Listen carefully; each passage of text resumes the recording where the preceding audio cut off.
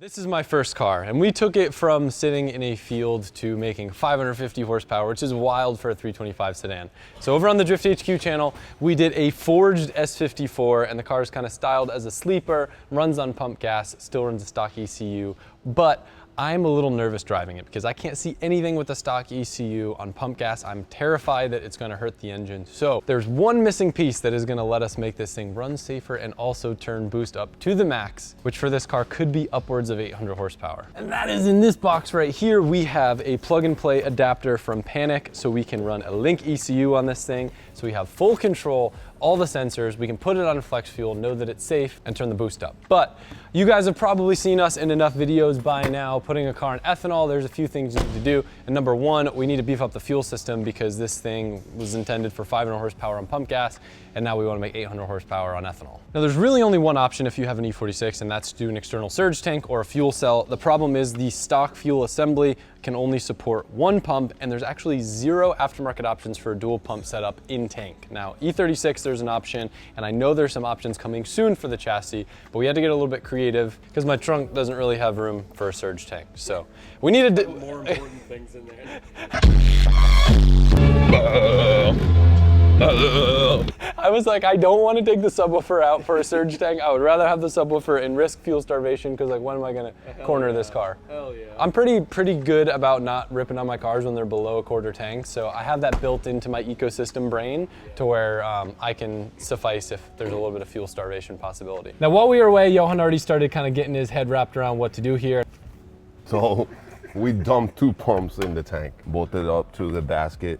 The tank is similar to the E36, so I was trying to make the setup that was in the E36 working here. Unfortunately, the way that the fuel, unfortunately the fuel leveling, unfortunately the fuel leveling, unfortunately the fuel sending unit. I was gonna tag it in to help you, but unfortunately the fuel level sending unit, which houses a pump, will be in the way. So what I did was remove the pump that was on here. I kept this on here so that the level sensor didn't get messed up. So it locks it in place so that the fuel level doesn't get messed up. And then I just added connectors to the underside so it's easy to remove. A bulkhead for another fuel line, and then a bulkhead for the wiring for the second pump. Traditionally in all the cars, we run these D-Schwerks DW400 pumps, one of the best pumps on the market, extremely reliable, but it actually worked out in this car. We were able to use their new flagship pump, the DW420, which outflows this and is incredibly small compared to this, which helps with the space constraints as you can see inside the fuel tank. If this car cracks 800 horsepower, do you think that we should paint it? It deserves it so bad. Look at this fender. I know. This was after I crashed into the tree and then I had it painted. The paint kind of failed, and that's why it's all bubbly and weird. You got smallpox. Yep. It's cool that I've crashed this car into a tree before I knew how to drift. It's a fun story for me.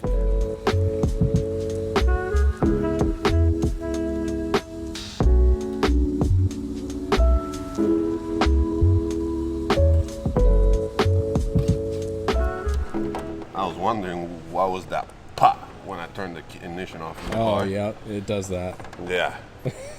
And I need to get access to a battery so I could wire up the second pump.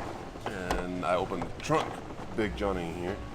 Got to wire that second pump. All right, so what we got going on here, Chris had already installed a relay to bypass the OEM ECU. So I'll add another one beside that one, use the same signal as this one. The electrical will be done.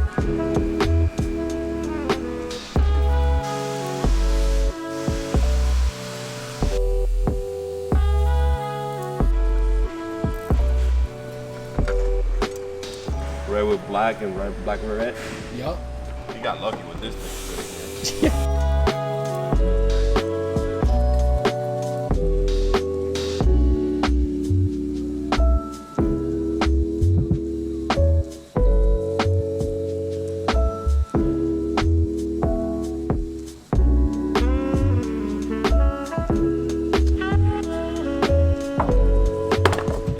The way this is set up, it has the regulator right below the driver, and the return is down there. And then this regulator from Radium has 2 outlets so that we could run 2-6 feeds to the rail, run some Byron hose, Byron fittings, run it down, follow that same hose down there, and then put it straight at the regulator.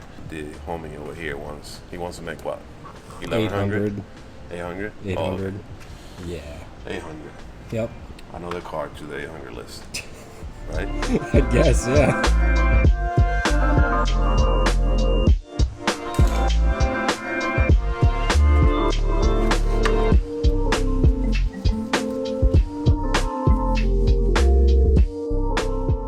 We're gonna come from the tank 2-6 to a Y, which will turn into a -8. That goes feed the Radium fuel filter. And then we have the Radium fuel regulator here, which has 2 options for feeds.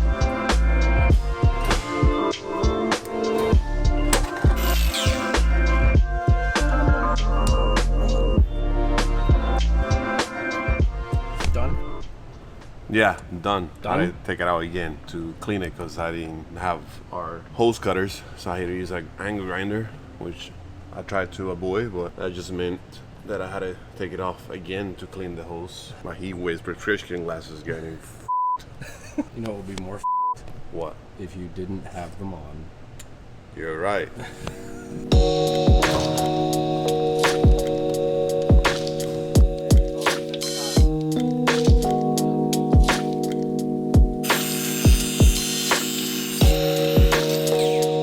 You guys asked for more simple tees, so we did just drop 4 new colors of this simple metal tee. So you see right here, and of course, every $5 you spend on our website, DriftHQ and RTRvehicles.com gets you entered for a chance to win my Mustang and $15,000 cash. Pick up a shirt. These are honestly one of my favorite drops we've done in a while. I like the simple stuff too, so I'm happy that you guys are into it. Available now. Do you hear that? Can you get a close-up on that sound? Sounds like I hear someone yodeling my oil pan. That's gotta be air, right? No, you just said what it was. You got someone yodeling down there. So this car has a scavenge pump because the turbo is located beneath the oil pump. That way the turbo doesn't back up with oil. Also, Freddie's here. This is his first ever Turbo S54 that he's ever tuning ever in his entire life. It is. And we are told by Chelsea Denofa that this engine is going to blow your mind. Yeah, and I got Jordan on standby. We're good. That's RK Tunes, Yeah. the Burble Master, in case you guys don't know. so you're burbling it up. Freddie and Jan have been going through, making sure that all the sensors and everything are all dialed in. That way when he goes on the dyno, he has all the data he needs to provide an A+ quality tune for me. A++. A++. Crank it. Crank it? Crank it? It's got oil? No, we put that Icelandic water in there for you.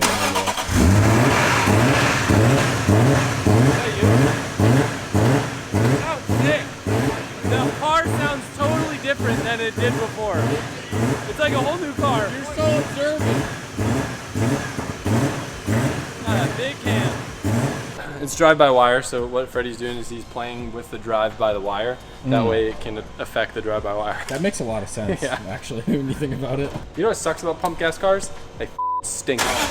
Turn the key on away. Just interpolate these cells a little bit differently. Nope. Yeah, you just put the windshield wipers on, Freddie. What are you doing? That's you. That's you finger it. Go ahead. You called the car stinky, now it's mad. Yeah. I know what it is. Turn the key on. The subwoofer's pulling too many amps. I'm leaving it sneezed in. Go ahead. Yeah, it did. Technically speaking, if we had a 5-cylinder and cylinder 2, 3, and 5 were dead, it would sound like a reggaeton cranking. It'd be like do did do did do did do.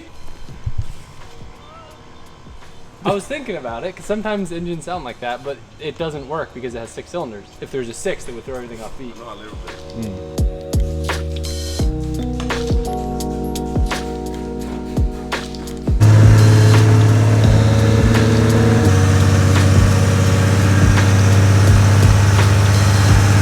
What are you saying? Keep going.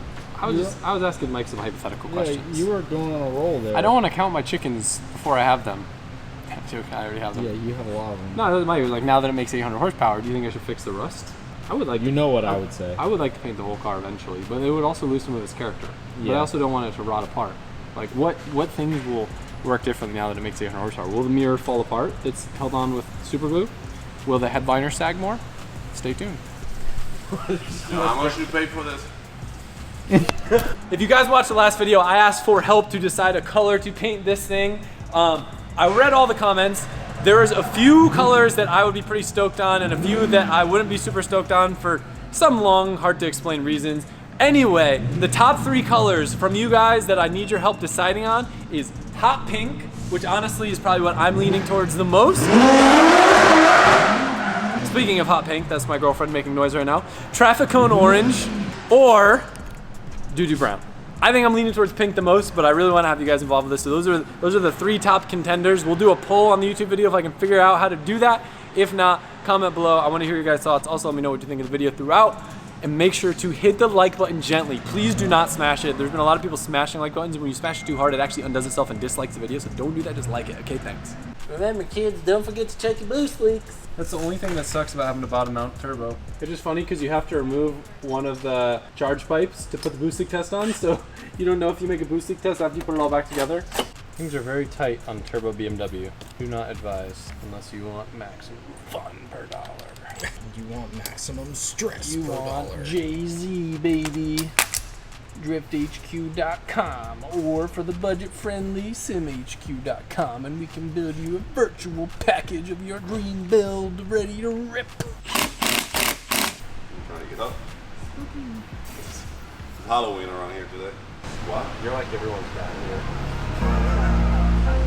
Yes. Until we're on vacation, then I'm the dad. Are you? Yep. Yeah. Oh, hungry. 4:45 in the morning. Hey, look, just saying, who got us to the airport? Oh, when they do Who made sure you didn't forget your shoes? That was me. my shoes? Yeah, they're hungry. This guy shows up at the airport with no shoes. Imagine. Yo, air up, dude. Yo, air up.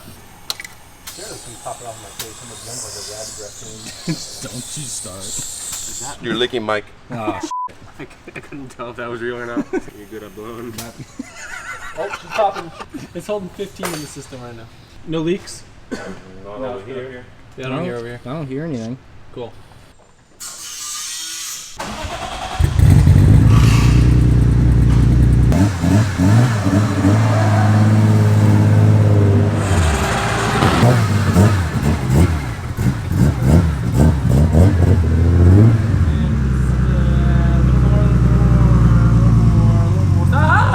Back a little bit.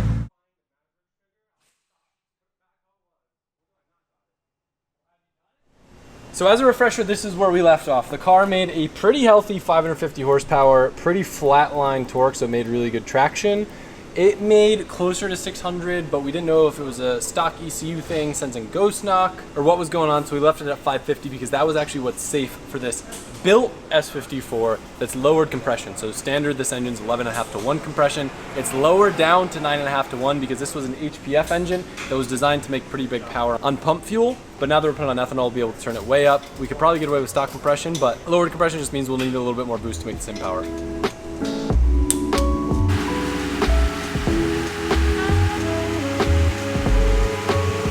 How you're gonna put this in there, but my favorite thing about a mainline hub dyno is that you can do steady state tuning with live horsepower and torque. I'll put it to you. So I lock the engine at 2000 RPM and I just lay my foot into it. Then it tells you a live power reading here. So at first I was making about 50 horsepower at 2000 RPM with 0 degrees of cam advance and 0 degrees on the exhaust. So I start putting in some camshaft overlap and the power goes up. Then I retard the exhaust cam some and then the power goes up. So I know that at this specific point, this is what the cam's like as far as airflow in the motor. Okay. And then I do that at 2500, 3000. Anything over 4000, I don't like holding the motor there that long under such load, because if I miss the ballpark, it can damage the motor. So I usually will do that like on a sweep. I just like tuning, you know, variable valve inlet on one of these main lines. That's sick. So right now we're just focusing on getting the fueling close, getting the cams close where they want to be, and then calibrating the knock sensors, learning what is true noise, what could be detonation. Since the sensors are not over every single cylinder, they're like spaced apart. Some show louder noises than others. Like cylinder 5 was loud, I quieted down just to get them all pretty even. And then I know when a detonation does happen, it's not false knock or a cylinder being noisy. So it's a fresh motor for me to learn, so it's taking me some time to like hit all the steps right. Yeah. It's pretty much a 2JZ with an exhaust cam that moves as well. And then you put a RB26 ITDs on it. So there's a lot going on, but Yeah. it's a cool motor. Everything works great, so I'm stoked.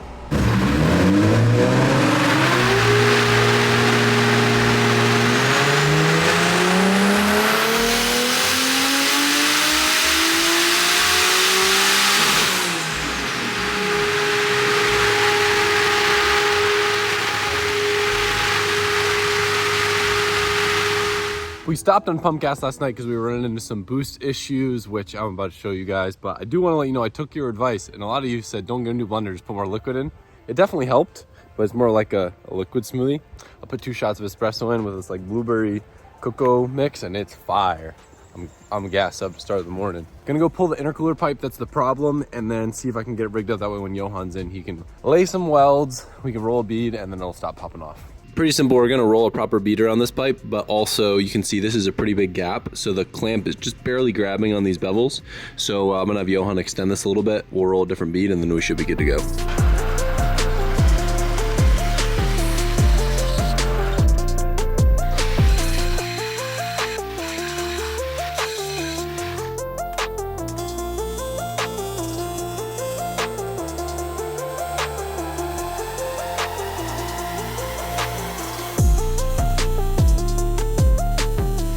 First pull on Ignite Red, which is a 90% ethanol. Were there any gains keeping it in that gate? Oh dude, there's like 100 horsepower gains like in boost. Is that just timing related? Yep, so 4 degrees of timing and a slightly leaner fuel mixture. That's kind of insane. So we're already at 630 horsepower. Haven't even turned it up yet. No. So I think this thing will crack 8 easy. It's just not a timing hog for what I expected it to be. So I talked to Jordan when he tuned this on the stock DME, and he said this car didn't like a lot of timing either. So we're kind of in the same ballpark from stock ECU to an aftermarket standalone. I'm excited to see how much better the drivability is now though. Yeah, I put some good time in it.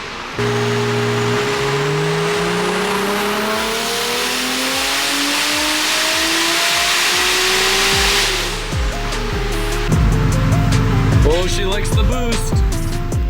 All right, so here's your comparison of where we wound up for both pump gas down here and then ethanol up here. Peak power, we made about 750. I know that I wanted to go to 800, but what wound up happening is as we added more boost, as we added more timing, the return was getting diminished smaller and smaller and smaller, which is usually an indication of some sort of restriction. Typically, I think we're out of turbo, but I know on this turbo, I've made upwards of 900 horsepower. It's the G35 1050, but it is possible it could be an exhaust restriction, an intercooler restriction, something with the piping maybe not being sized right. But the rule is when you start not getting a lot of gains for little additions, you don't want to just keep adding more because the engine gets unhappy, and that's when you run into issues and it creates heat and lots of other problems. So going from what was before 550 up to 750 is a pretty decent jump, and also having the cooling properties of ethanol and knowing that it's going to be safe if there ever were an overboost or something event. Having Ignite Red in there, which is the best fuel that we run on all the race cars, very, very good peace of mind, and it smells great too. So I'm super happy with this. Maybe someday it'll make over 800, but the butt dyno is gonna tell you that this is gonna be freaking insane. Before we go take it for a drive, we gotta do some sound clips for you guys. Oh yeah.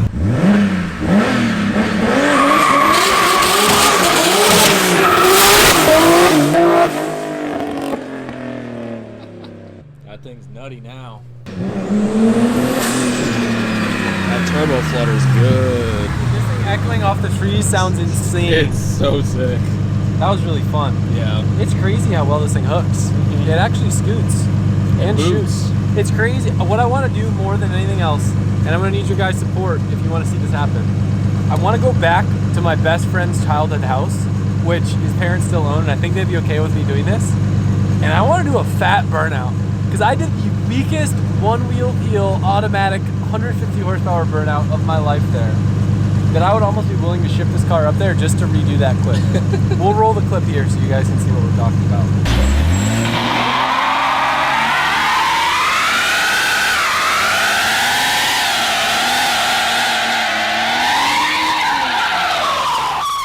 Hey guys.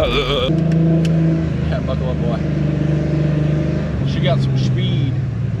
Her right, for a 1.2 Buckaroo? Yep.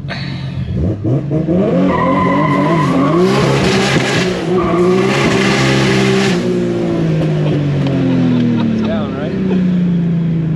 This thing's good now. Yeah, right? Too spicy. I want to race that thing. E46 versus E46. You guys can't see it. Colette's car. Oh, I wish I could just e-brake up and just be like, hey, what's up? Yeah. What's up? Let's race.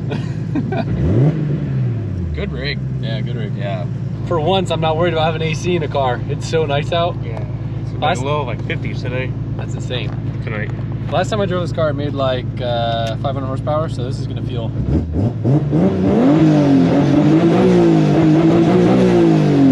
I like it.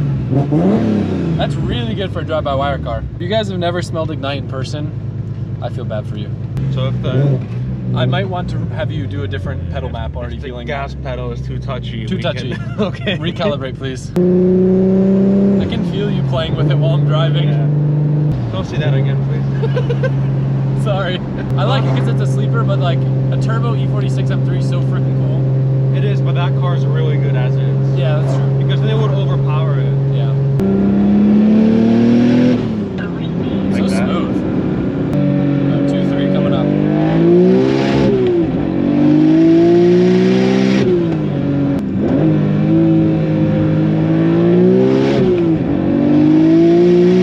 There to miss. Sounds good. I love how quiet it is just cruising, and then it gets loud when you step on it. Colette really doesn't want to race me because I don't think she wants to get spanked by a 4-door. But I think we get peer pressure into it. Ready? Let's go talk to her. We got Turbo S54 over here.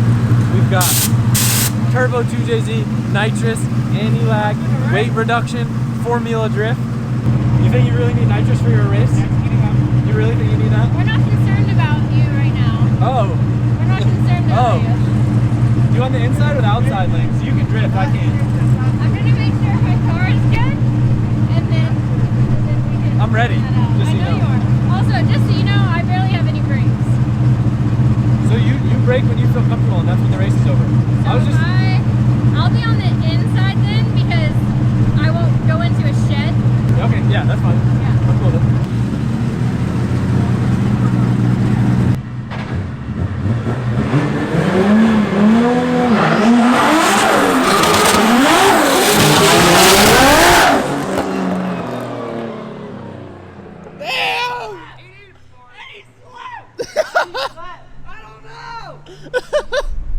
He left after her, bro!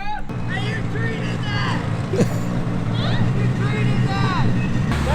That was dead even. Well, yeah, because I thought you were going up before the drop. I thought you were going up before the drop. No, excuses. You hear him? Excuses. We were getting back. You just left early. No, I didn't. Yeah, you did. You're fighting right now. Like, when you went, you slept. That boy was We sleeping. even did a test demo of what he was gonna do. You got treated by a girl. Run it back, I guess.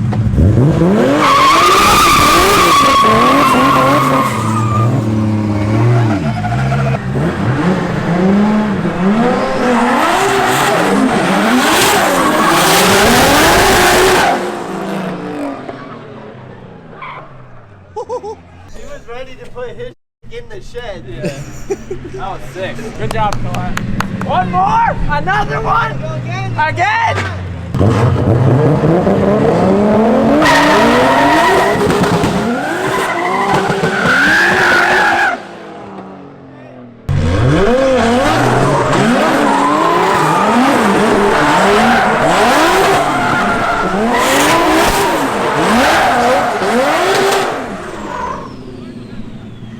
The throttle? The gas pedal stop. Get Freddy! Freddy, help! I'd say that was a pretty even match. For like a short field 1-2. So I say first one me by a mile, second one you by a hair, and then third one tie. So I win. Because I got the last one's best. No! That's my math. Yeah, for whatever reason, this thing really doesn't like me like modulating the throttle. Look, he's bringing the laptop. It doesn't like doing donuts. The throttle says nope. You know? I know, I was trying to do windmills with the FD car. You never know when that could happen on the street. Yeah. pretty cool way to end the video. Honestly, it doesn't really determine anything, but it's still cool to race an FD car with my first car. Never thought I'd say that. Hope you guys enjoyed this video. I'm looking forward to get to drive this thing more, enjoy it, and really refine and dial in all the little weird nuance things with it. Appreciate you guys watching. I'll see you soon. That was dead even. Well, yeah, because I thought you were going up before the drop. I thought you were going up before the drop. Excuses. Damn excuses. No, I didn't. Yeah, you did. You're fighting right now. You slept. I was sleeping. You didn't catch them. You got treated by a girl. Run it back, I guess. All right, so here's your comparison of where we wound up for both pump gas down here and then ethanol up here. Peak power, we made about 750. I know that I wanted to go to 800, but what wound up happening is as we added more boost, as we added more timing, the return was getting diminished smaller and smaller and smaller, which is usually an indication of some sort of restriction. Typically, I think we're out of turbo, but I know on this turbo, I've made upwards of 900 horsepower. It's the G35 1050, but it is possible it could be an exhaust restriction, an intercooler restriction, something with the piping maybe not being sized right.